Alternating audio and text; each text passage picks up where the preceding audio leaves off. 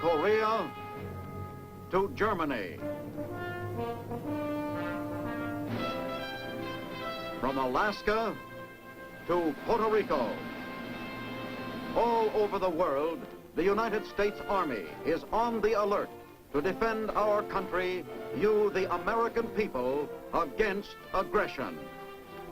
This is the big picture. An official television report to the nation from the United States Army. Now, to show you part of the big picture, here is Sergeant Stuart Queen. Continuation of world tension makes it necessary for American fighting men to serve on another continent during peacetime. Not just the simple task of occupation, but the enactment of a more complex role in the defense of the Western world, the job of nailing down the peace. Our cameras swing to focus close up on those who stand alert, guardians of our perimeter of peace, soldier in Europe.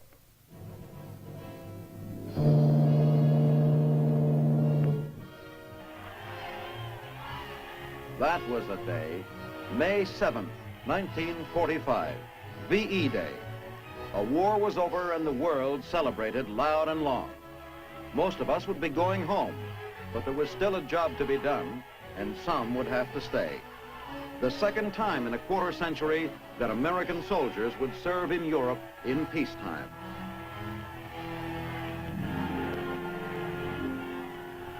Initially, the duty was occupation, putting together the pieces of a country torn apart. The job was done by outfits like the 1st Division, who had had a great record in World War II.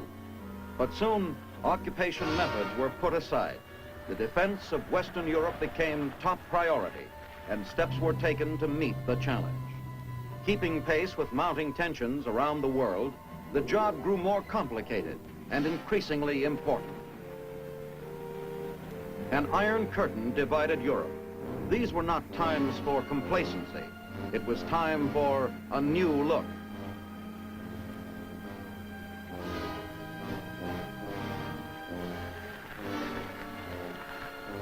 From 7th Army headquarters near Stuttgart, Germany, General William M. Hodge keynotes that new look. Here in Germany stands the United States 7th Army, one of the finest field armies in the world. The divisions that make up 7th Army form a strong, well-knit fighting machine. A roll call of regiments would sound names that record magnificent passages of honor and glory in the stirring history of American arms. The men of these regiments are proud of their heritage and trained in their mission. 7th Army troops, representing 48 states and the territories of the United States, do not stand idle in garrison. They are skilled and proficient. They are in the field in continuous day in and day out maneuvering, training themselves physically, mastering their weapons, preparing themselves to meet any emergency with competence and valor. Tonight, while you sleep, men of the 7th Army, along with fellow members of the NATO team, will be in the woods and fields of Western Europe, working on military problems of many types. These men are watchful and alert. They keep a ceaseless vigil.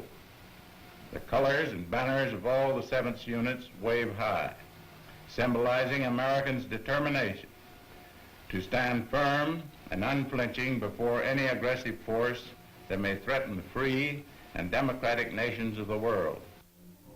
One thing about an alert, you never know when it's going to come. Somewhere along the line, somebody has started things moving. And it's just like a chain reaction. Everything rolls along according to plan. Word is passed along from unit to unit. Battalion takes it from regiment and sends it along to company. When the charge of quarters gets it, it's his job to get the men out.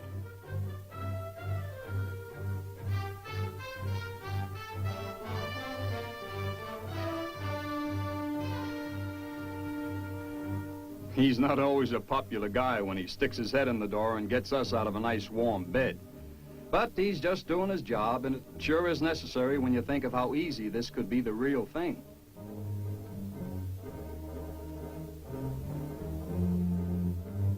Out of the barracks on the double. All this is part of a stiff program, and a lot of planning, training, and practice go into it. Many days of preparation and hard work. Let's see just what goes into those days designed to keep this Army alert for anything that might come along. Take an average day. This is the kind of effort that's put into making us alert fighting men. A day with units in the field, where things start mighty early in the morning.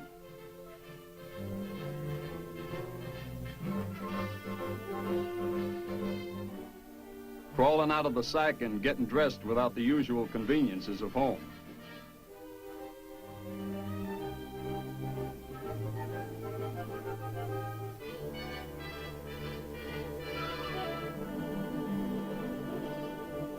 Where you make a helmet do double duty.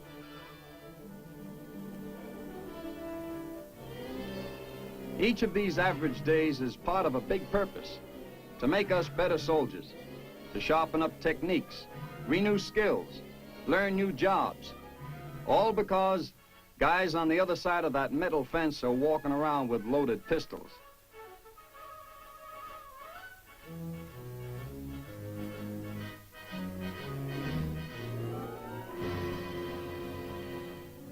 It's in the field that a soldier gets real friendly with a lot of objects that seem to be just dead weight back in the barracks or on a march. Small arms or entrenching tools, for instance. In a war of blood, they take on a lot more meaning. They could be the difference between living and dying. Setting up a mortar quickly and accurately sighting it in takes plenty of practice. It's not the sort of thing that a guy can do casually if he's going to get the most out of his training. And when you can feel that the guy on the other side of the fence has high blood pressure, brother, it pays to be serious.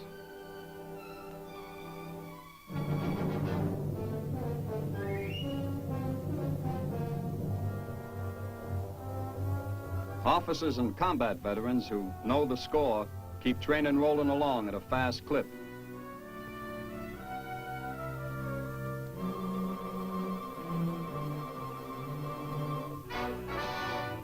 Not all work in the field involves firing a weapon. Communications rank high in importance to a well-trained fighting team. Almost everybody learns how to operate some piece of equipment, like these men with a walkie-talkie.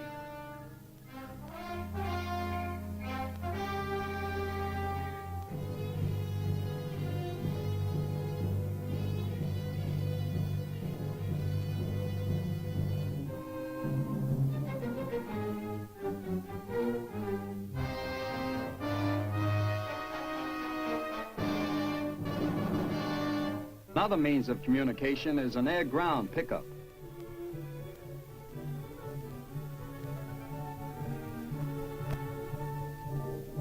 Cloth panels are spread out on the ground to form the letter H.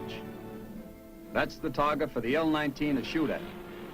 Watch the way the pilot zooms into bullseye on a tiny piece of wire, only 12 feet long, that's held between the two poles.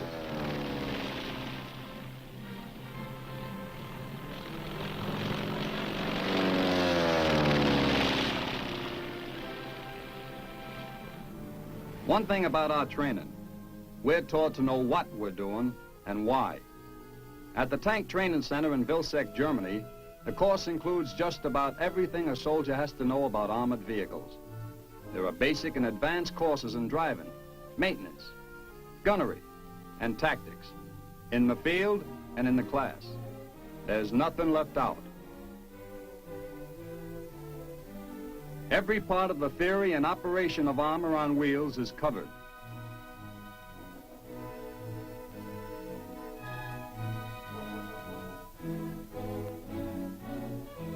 We do a lot of work with mock-ups and blow-up models of most of the equipment we use. This instructor is explaining how those little electrons go slamming their way around inside those radio tubes and make it possible to communicate from inside a tank.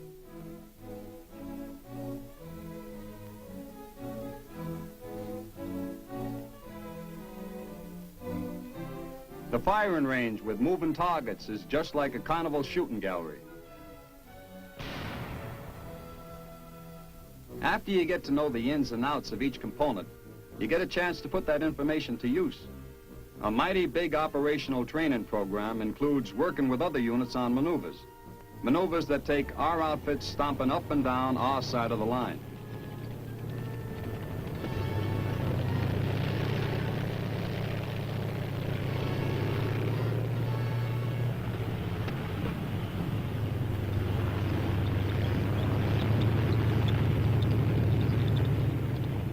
One of the things everybody pays a lot of attention to is the right way to employ all this firepower. You'd be surprised at just how much you have to know. Things like reading maps and judging terrain, because you don't always have superhighways to barrel along on when you drive a tank. But the big moment comes when a lot of different outfits get together for combined maneuvers. To many veterans, these operations have a familiar ring. They've seen war in the past. And here, actual battle conditions are very closely reproduced.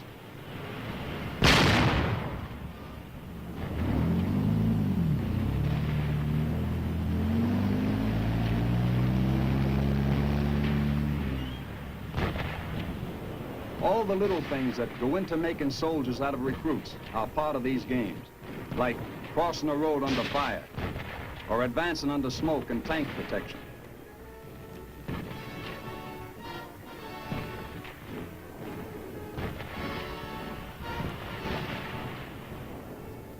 The town to be taken and the particular problem at hand is just on the other side of that hill.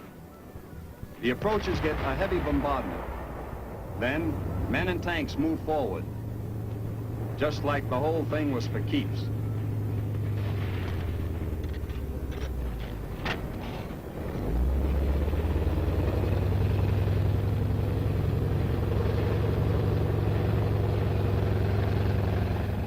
Yes, there's a lot of combat-type actions like this going on all the time. They're darned important, because it's out of this kind of training that we get stronger and more confident. Another thing is that it's here that certain guys will show that they have more on the ball than the next one, and they become leaders. But most important of all, it's only through this kind of action that a lot of different units get a chance to work on common problems and become welded into an army. An army that knows how to fight and is ready when called.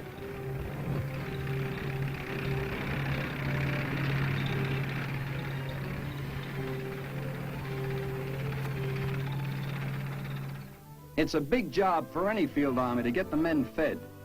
Usually, supplies have to be trucked in from distant points. Some of our dairy products, like eggs and butter, come all the way from Denmark. Fresh baked bread is the last item on this pickup.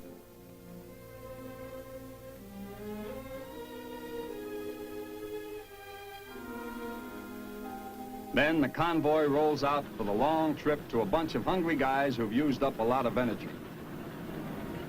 Nobody has to be called twice. Everybody hits that chow line and hits it hard. When you mix all that good grub with a big appetite, clean air, and in a setting that resembles a picnic ground, well, you just can't seem to eat enough.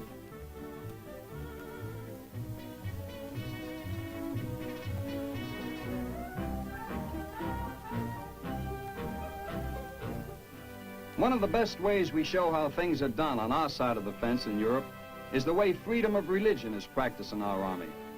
A fella can be of any faith he chooses, and he gets the same chance as anyone else to practice that faith. Like these men taking part in Catholic services.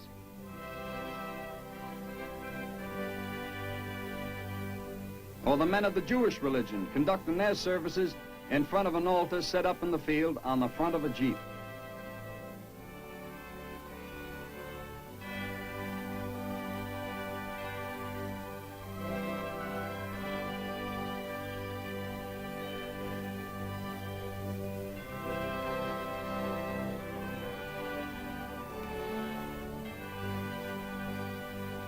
The Protestant minister leads his service in the shadow of stacked rifles. Chaplains are part of our regular Army life. They're always ready to assist in the spiritual development of any soldier.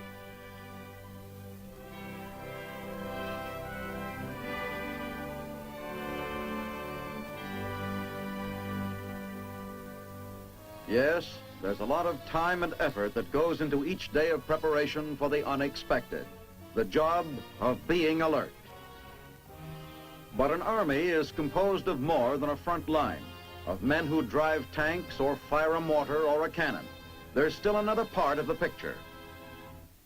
A day starts early in the morning for us, too. The rear echelon, they call us. Just like all soldiers everywhere, you gotta make roll call.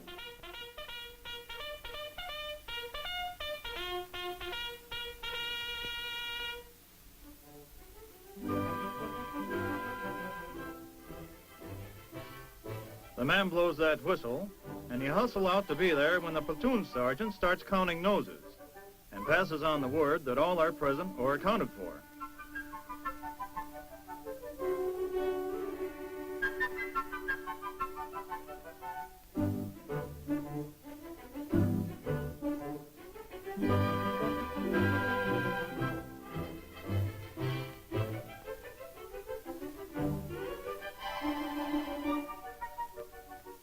But officially, the day begins with the boom of the cannon and the raising of the flag at Reveille.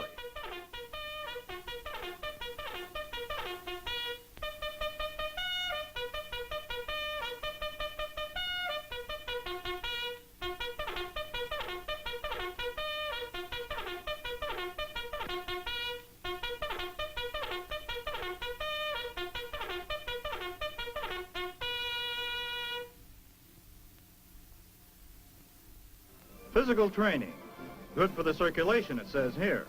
After a session of knee bends and push-ups, a day's work in an office is just a breeze.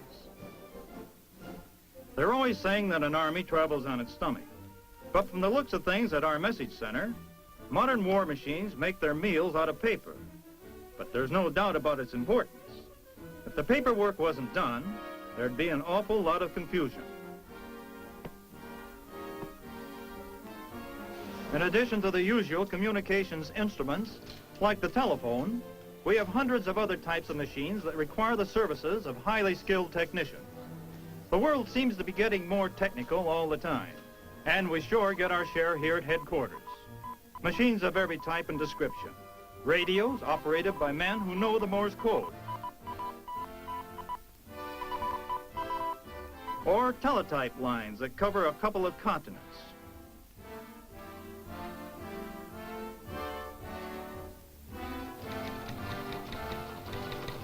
And, of course, there are the special devices used for coding and decoding messages. They all play a big part in keeping our Army informed and alert.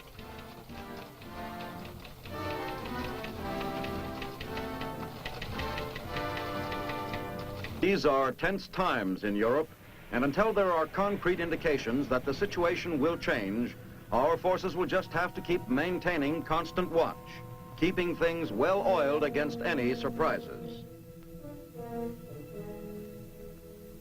But it's not all nose to the grindstone every minute. Off-duty, there are plenty of social activities. Sports, for instance. Baseball is still the national pastime here, and there's a lot of hot competition in service league games.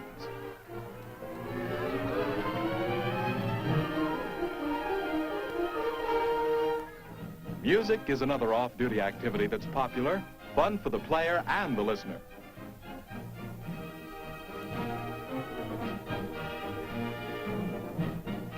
When this group played at Stuttgart's Wilhelma Gardens, they had an appreciative audience, and it was standing room only for the birds.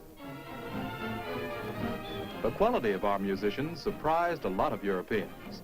One of them said, "We knew Americans could make good automobiles, but we never knew you could play music like this." We've been making a lot of friends with those clarinets and trombones. Other emissaries of pleasure and goodwill are the 43rd Division's Winged Victory Chorus.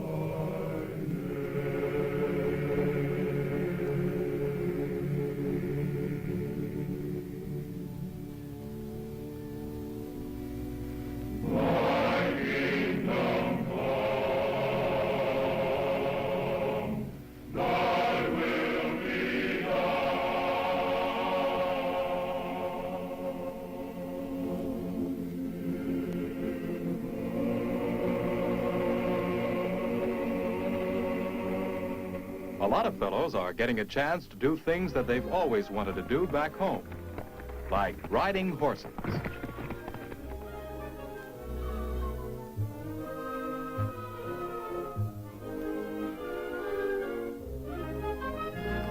Or getting around to see the sights.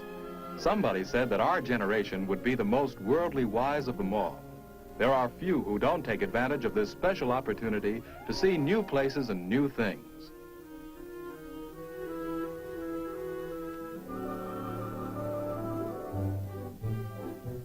All kinds of tours can be easily arranged, or a guy can just go off by himself and prowl the countryside if he wants.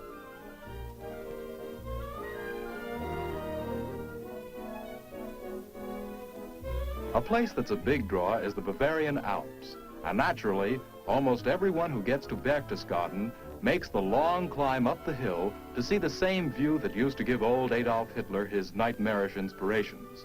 They say that this is one of the most beautiful spots in the world.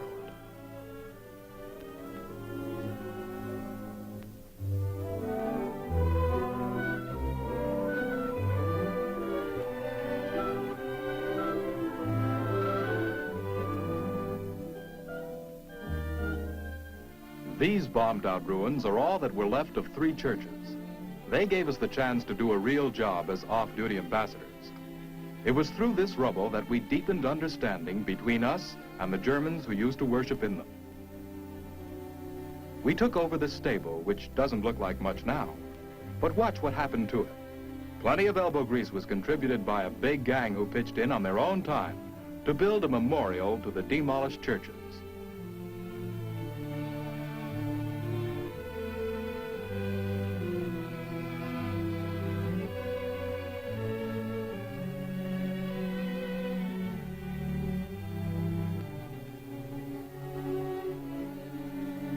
After the first coat of paint went on the walls, it started to look like something.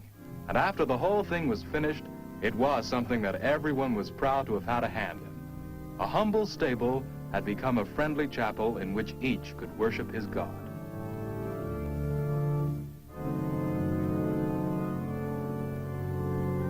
It was named the Chapel of the 3 Stones, and it got that name from the fact that the altar was composed of stones from each of the wrecked buildings. The amazing thing about this whole project was the amount of goodwill shown by all concerned. General Hodge summed it up at the dedication. I congratulate you upon your accomplishment in constructing this house of worship as a symbol of community goodwill and religious tolerance. May it be shared by all, military and civilian, and our German neighbors. It stands here today as a symbol of freedom, tolerance, and peace among men. A stable, the birthplace of Christ, has become a first place of worship for all men. Perhaps the most vital function of our European training is our role in the integration of the fighting forces of NATO. That's the North Atlantic Treaty Organization, composed of 14 countries. War games and combat exercises are being held constantly. Combined maneuvers with units who don't speak the same language call for a lot of careful preparation. Otherwise, things could easily turn out like that story about the Tower of Babel. We're playing a big part in making NATO a worthwhile working proposition. A lot of equipment and personnel are going into the training and support of the armies of smaller countries. The goals of NATO are to prevent war, if possible, by building such strength that any aggressor will hesitate to attack, or if attack does come, to defend Europe until victorious counterblows can be launched.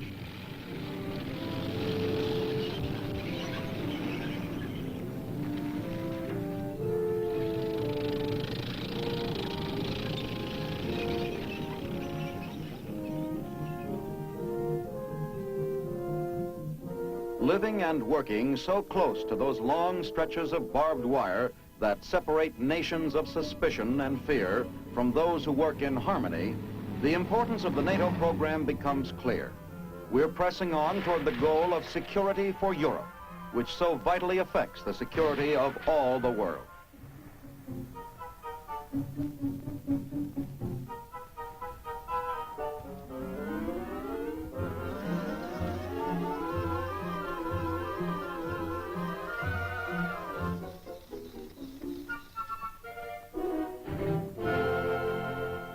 At sundown, retreat. One of the most colorful ceremonies in Army life. It signifies the end of the working day.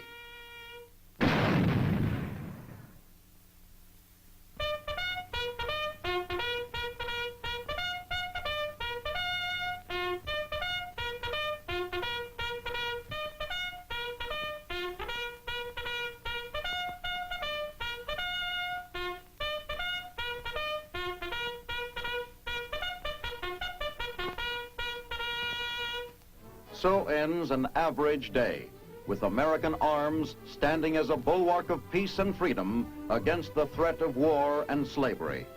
Soldier in Europe, part of the greatest peacetime army ever assembled, ready to meet with effectiveness any emergency that might arise.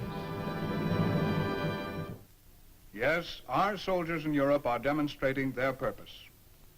Maintenance of an unrelenting vigilance and an ability to work in close cooperation with fighting men of other nations in discouraging aggression.